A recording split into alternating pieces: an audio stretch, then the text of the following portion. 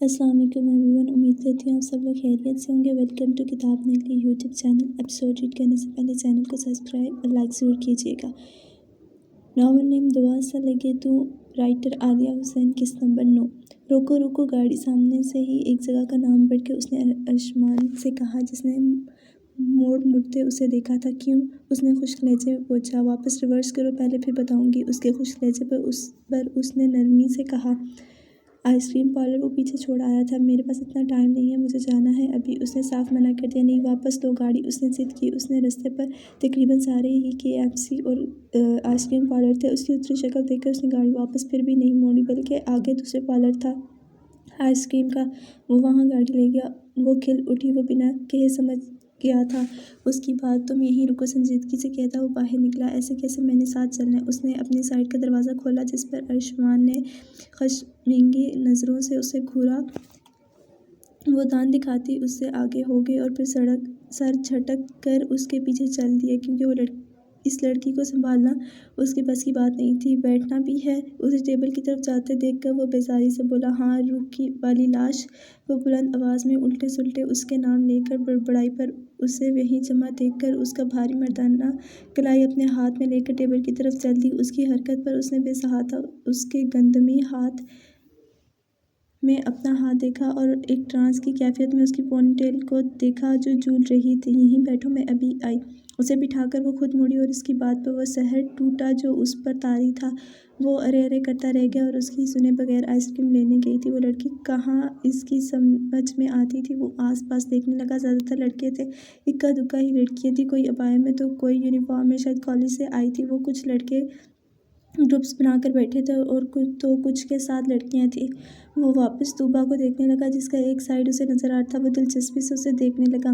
بلو کرتی، جینس میں اسٹرالر، گلے میں مفلر کی طرح لپیٹا ہوا تھا، بالوں کی پونی بنی، پاؤں میں شوز تھے۔ عام سی وہ لڑکی اسے بہت خاص لگتی تھی۔ وہ جان بوجھ کر اس سے بیزاری ظاہر کرتا تاکہ وہ اپنے جذبات کو غلط ثابت کر سکے، پر وہ اس لڑکی سے بیزار بھی نہیں ہو سکتا تھا۔ وہ کھینچا رہنے لگا تھا اسے، کیونکہ وہ واپس جانا چاہتا تھا اپنے گھر۔ اب وہ اسفند کو دھوکہ نہیں دے سکتا تھا، جس گھر کا کہا رہا تھا وہاں ڈاکہ نہیں ڈال سکتا تھا، وہ کتنا ہی بگڑا ہوا کیوں نہ ہو، لیکن دھوکہ دینا اس کی سرشت میں نہیں تھا۔ طوبا اس کی طرف ہی آ رہی تھی۔ اس نے زیر لب مسکرا کر نظریں پھیری۔ اس سے تو وہاں پر موجود کئی لوگوں کی نظریں اس پر تھیں، پر وہ ان سے بے نیاز ہاتھوں میں آئس کریم لیتی مسکرا کر اس کی طرف آ رہی تھی۔ نظروں کا مطلب وہ سمجھ گیا اور غصے سے اس نے مٹھیاں بھینچی۔ وہ بے پرواہ سب سے اس کے سامنے بیٹھ گئی اور یوں بیٹھی کہ اس کا ایک سائڈ لوگوں کو نظر آ رہا تھا۔ ضبط کرتا وہ اٹھا اور بنا کچھ کہے ہاتھ سے پکڑ کر اسے اٹھایا اور کونے میں پڑی کرسی پہ بٹھایا۔ خود اس کی جگہ پر اس کے برابر میں ہی بیٹھا گیا۔ یوں وہ سایہ بن گیا اس کا اور ان نظروں سے محفوظ ہو گئی۔ اس کی ساری کارروائی پر وہ اچنبھے سے اسے دیکھ رہی تھی۔ کیا؟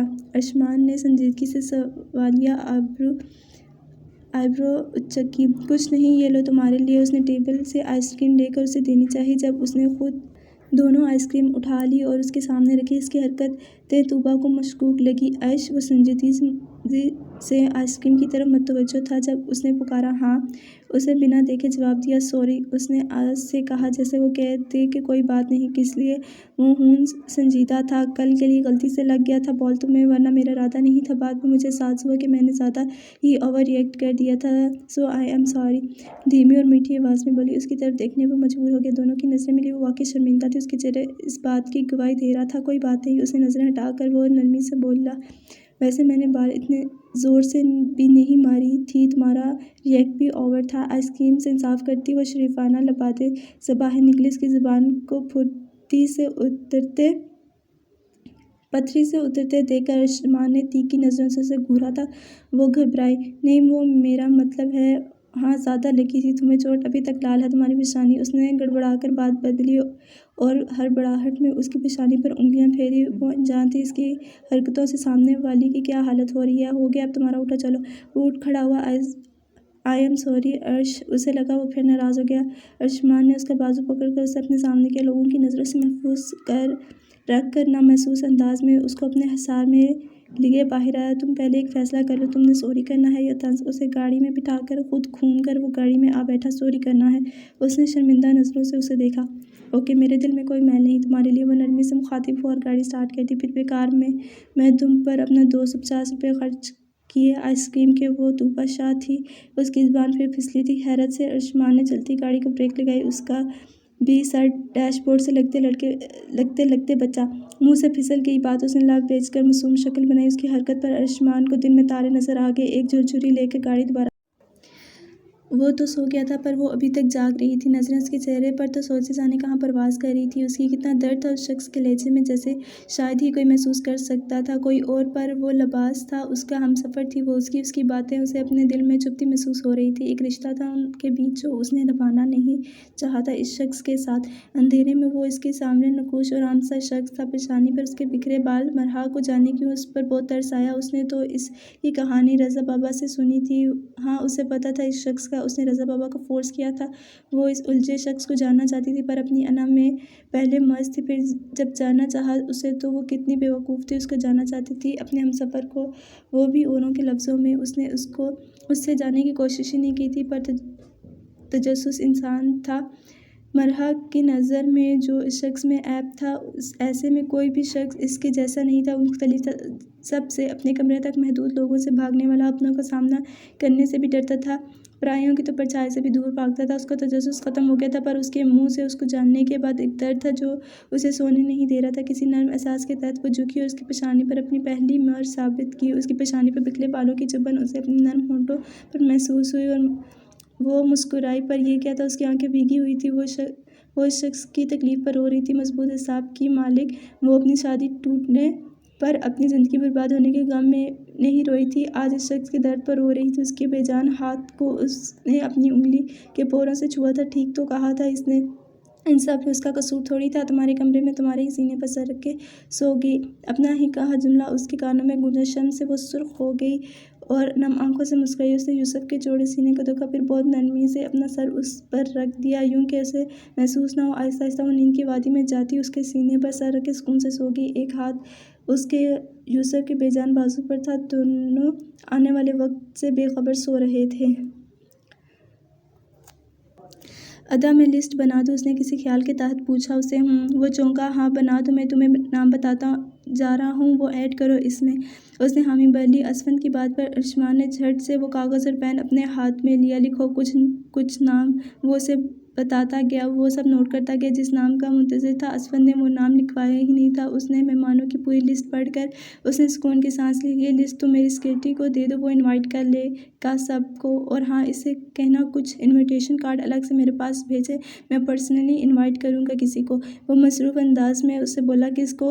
ارشمان کی ساری حساسیت کی طرف متوجہ ہو گئی تھی۔ تم نہیں جانتے، میری فیملی ممبرز ہیں کچھ، اس نے سرسری سا جواب دیا۔ اس نے سر ہلایا۔ چلو شکر ہے اس کا باپ کا نام نہیں تھا لسٹ میں، اور نہ ہی وہ اسفند کے فیملی ممبر تھے۔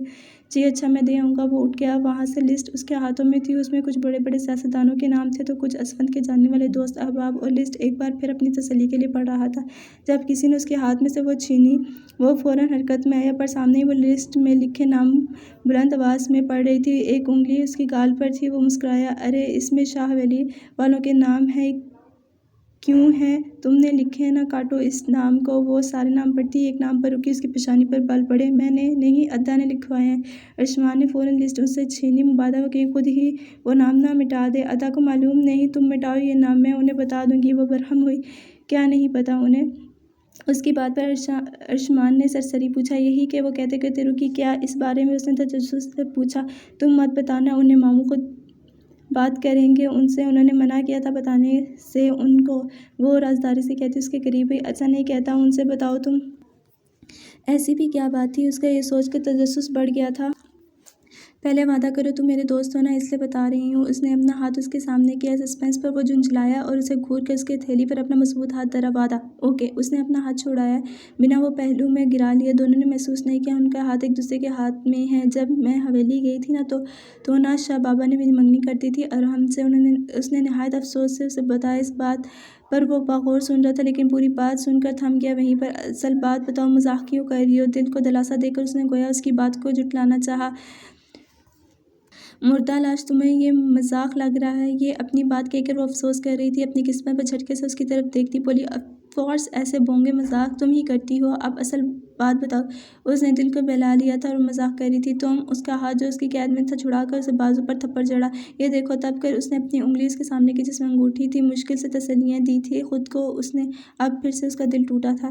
یہ پہلے تو نہیں تھی، اس نے واقعی میں غور نہیں کیا تھا اب پہلے اس انگوٹھی پر، اور جب سے واپس آئی تھی شاہ حویلی سے اس کے ہاتھ میں یہ انگوٹھی تھی، پر اس نے دھیان نہیں دیا یا شاید ضروری نہیں سمجھا تھا۔ اب اس کے دماغ میں بھگڑ چلنے لگے تھے، بے تاثر نظروں سے وہ اسے دیکھنے لگا، اس کی کیفیت سے بے خبر۔ وہ اور بھی کچھ کہہ رہی تھی، شاید بتا رہی تھی کہ اس نے اتنا اعتراض کیا، بہانے بنائے، پر پھر بھی شاہ بابا نے زبردستی منگنی ارحم سے کروا دی۔ وہ سارا لاتا اس کے مزید سنے بغیر وہاں سے چلا گیا۔ اس کے جانے پر اسے خود پر وزن محسوس ہوا تو نیند سے بیدار ہو گیا، بامشکل آنکھیں کھولی، جن میں ریشمی بال چھپ رہے تھے۔ وہ حیران رہ گیا اور اس کے سینے پر سر رکھے سو رہی تھی۔ اس نے ہاتھ سے اس کو دور کرنا چاہا، وہ اس کا ہاتھ پہلے ہی اس کے پاس قید تھا۔ وہ دیکھ نہیں سکا لیکن محسوس کر لیا تھا، اس کا ہاتھ مرحا کے ہاتھ میں تھا اور دوسرا ہاتھ استعمال نہیں کر سکتا۔ یہ سوچ آتے ہی اس نے تلخی سے اس کا ہاتھ جھٹکا اور جس پر اس کی آنکھ بھی کھل گئی۔ اس کے چلنے سے پہلے اس کا ہاتھ سے اس نے اپنے سینے سے اس کو ہٹایا، وہ بیڈ پر گری۔ اب مرحا کی نیند بھنگ سے اڑی اور خود کو بیڈ پر دیکھ کر چھوٹی آنکھیں کیے اسے گھورنے لگی، جو اب اٹھ کھڑا ہوا تھا اور اپنے کپڑوں سے سلوٹیں دور کر رہا تھا۔ بری بات ہے، یوسف اپنی بیوی کو کہیں ایسے دھکا دیتا ہے۔ وہ تھوڑا اوپر کھسک گئی اور اس کے تکیے پر سر رکھے اسے دیکھنے لگی۔ اس کی بات پر ایک نظر صرف یوسف نے اسے دیکھا، اس کی آنکھوں میں نیند تھی، آنکھیں اس کی سرخ تھی، گویا جیسے کچی نیند سے جاگی ہو۔ یوسف کو ملال ہوا اپنی حرکت پر، صدا کا نرم چپ تھا۔ اچھا نہ دو جواب، بس یہ بتاؤ کہاں جا رہے ہو؟ اسے باہر جاتا دیکھ کر وہ فوراً اٹھی اور اس کے پیچھے لپکی۔ اس کی بات پر وہ رکا، باہر ایک لفظی جواب دے کر واپس جانے لگا۔ اچھا رکو، وہ پیچھے سے آواز دیتی اس کی شال بیڈ سے لیے اس کے سامنے آ کھڑی۔ یوسف نے سوالیہ نظروں سے دیکھا یہ شال، اس نے وہ شال اس کے کندھوں پر پھیلا دی۔ یہ ہمدردی کس لیے؟ وہ بدگمانی لیے ہوئے تھا اس لیے اس کا ہاتھ جھٹکا۔ یوسف، اس کے لہجے پر مرحا کا دل دکھا تھا۔ وہ شال واپس اس کے کندھے پر ٹھیک کرنا چاہی، جب نظر اس کے بازو پر پڑی اس نے تو ابھی دیکھا تھا۔ یہ کیا ہوا؟ بازو کی قمیض بیچ سے چاک تھی اور وہاں زخم تھا۔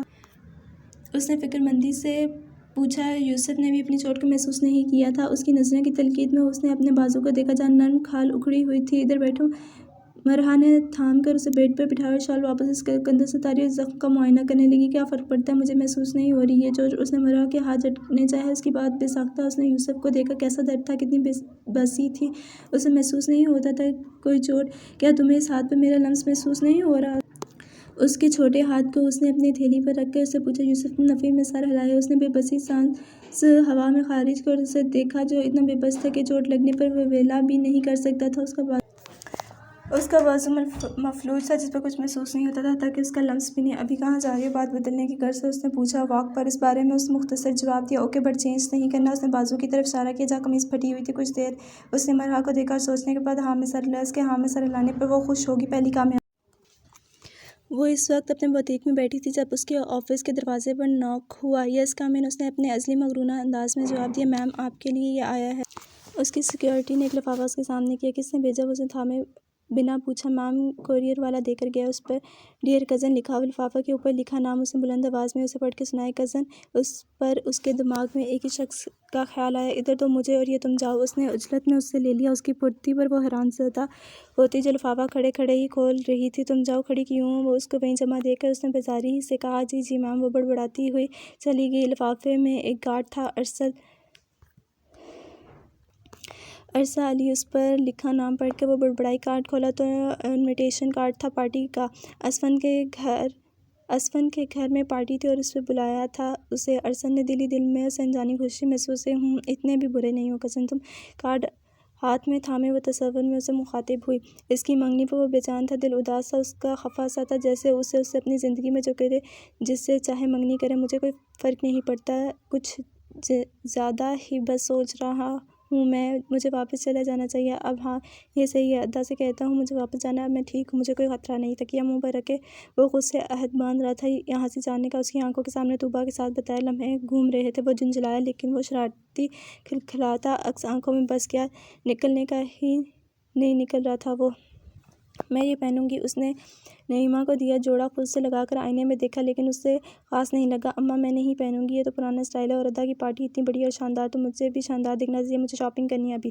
وہ کپڑے بیڈ پر پھینک کر ان کے سامنے بیٹھ گئی۔ کوئی نہیں، کیا کمی ہے اس جوڑے میں، تم یہی پہنو گی۔ نعیمہ کو اس کی ضد نہیں بھائی، اب وہ بات پر ان سے ضد کرنے لگی تھی اور جان بوجھ کر ناسمجھ بن رہی تھی۔ شاہ حویلی والوں کی وجہ سے وہ اپنے پہلے والے بچگانہ روپ میں آ گئی تھی۔ اسے پرواہ نہیں تھی اس کی منگنی کی۔ اماں آپ میری بات کیوں نہیں مانتی؟ یہ پرانا فیشن ہے، مجھے بس کپڑے چاہیے۔ ادا سے کہہ رہی ہوں جا کر میری بات مان جائیں گے۔ وہ منہ پھلائے پیر پٹک کر کمرے سے باہر نکل گئی۔ پیچھے اسے آوازیں دیتی روکتی رہ گئی۔ ٹک ٹک کی اس نے سیدھا جا کر اسفند کے کمرے کا دروازہ بجایا۔ آج وہ مصروف سے انداز میں اجازت دی گئی۔ ادا وہ اسے دیکھتی اس کے قریب جا ہوئی۔ ادا کی جان تم خیریت ہے؟ وہ نرمی سے مسکرایا، لیپ ٹاپ ایک سائڈ پر رکھا۔ جی کل پارٹی ہے نا، مجھے نئے کپڑے چاہیے۔ مجھے اماں کے پرانے فیشن والے نہیں پہنے۔ آپ جانتے ہیں نا پارٹی میں کیسے کپڑے پہنے جاتے ہیں۔ وہ اس کی توجہ پر چہکتی اس کے سامنے بیٹھ گئی۔ اسفند نے اس کی بات سن کر سمجھنے والے انداز میں سر ہلایا۔ ٹھیک ہے، مطلب نئے کپڑے چاہیے تمہیں؟ اس کی بات پر طوبیٰ نے سر ہلایا۔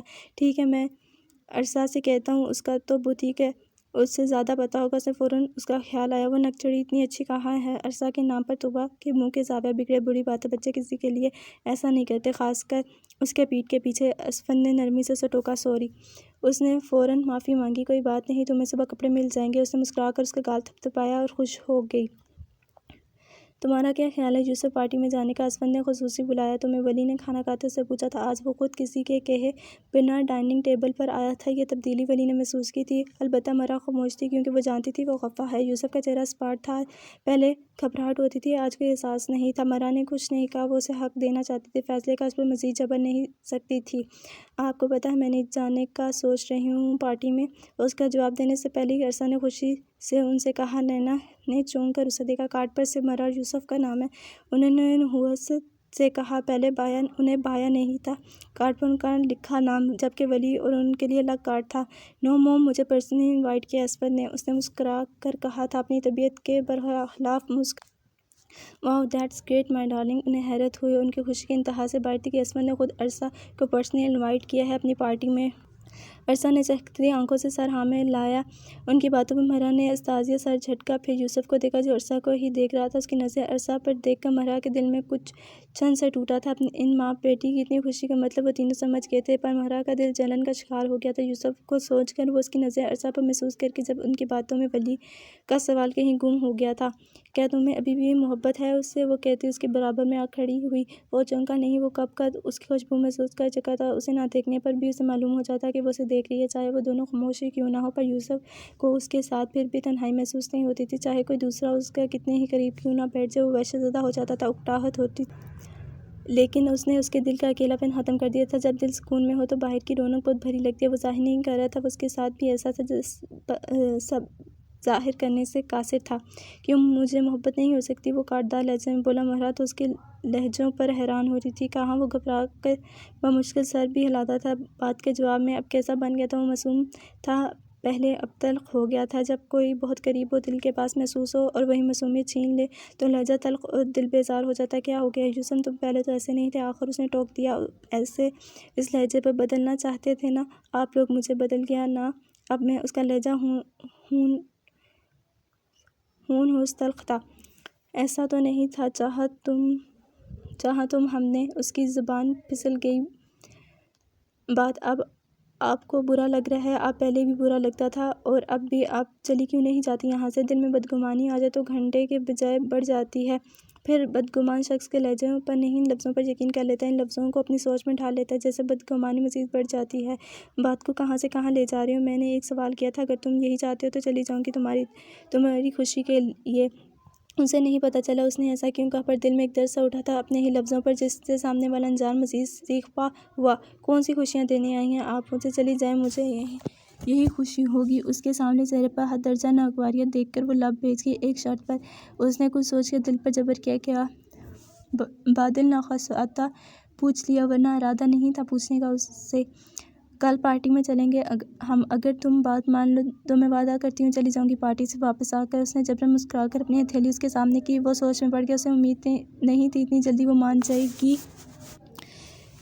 تو کیا وہ سچ میں اسے چھوڑنے کی بات کر رہی تھی؟ پھر اکیلا ہو جائے گا؟ کئی سوال اٹھے تھے دل میں ایک خوف بیٹھ گیا۔ سامنے کھڑی لڑکی کی بات سن کر اس نے دل پر پتھر رکھ لیا، اپنا ہاتھ اس کی ہتھیلی پر رکھ دیا وعدے کے طور پر۔ وہ مسکرائی، پیچھے ہٹے۔ آپ یہ کیا کر رہی ہیں؟ اسے اپنے سینے پر سر رکھتے دیکھ وہ بکھلایا۔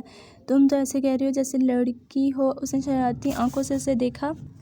وہ چپ ہو گیا اس بات پر کل کی طرح اس نے اپنی انگلی پوروں سے اس کے بے جان بازو کو چھوا اس کے لمس وہ کسمسایا تھا پر چاہ کر بھی بازو پیچھے نہیں کر سکتا تھا یہ حق ہے میرا اس کے سینے پر استحقاق سے سر رکھے وہ دل ہی دل میں اسے مخاطب ہوئے اس کے ارادے یہ وقت بتانے والا تھا وہ نوٹ کر تھی جب سے ارشمان کو بتایا تھا منگنی کا وہ نظر انداز کر رہا تھا یہ یوں کہ اسے کترا رہا تھا بائی لان میں ارینجمنٹ سے ساری پارٹی کی بہت ساری خوبصورت ارینجمنٹ سے ساری اظہر نے اسفند سے کہا تھا وہ کہیں باہر کر لے کسی ہوٹل وغیرہ میں لیکن وہ نہیں مانا کیونکہ وہ دکھاوا نہیں کرنا چاہتا تھا جب اتنا بڑا گھر اللہ نے دیا ہے تو کیوں باہر رکھتے پھر ان چکروں میں بندہ اس ساری سجاوٹ میں وہ مصروف تھا ہر کام میں پیش تھا اسفند نے اسے وہیں لگایا تھا اپنی نگرانی میں کام کروا لے وہ بے دلی سے ہر چیز دیکھ رہا تھا اس کے اندر کا موسم اب خزاں سا تھا باہر کی بہار بھی اب نہیں بہار رہی تھی سجاوٹ ایسی تھی لان میں کہ آنکھوں کو خیر کرنے والی پر اسے کچھ نہیں دکھ رہا تھا وہ ابھی تک تیار بھی نہیں ہوا تھا ارشمان بھائی ادا آپ کو بلا رہے ہیں رمیز کی بات سن کر مڑا کام والوں کو وہ کچھ ہدایت دیتا اندر جانے لگا جب کسی نے کھینچا وہ اچانک اس افراد پر توازن برقرار نہ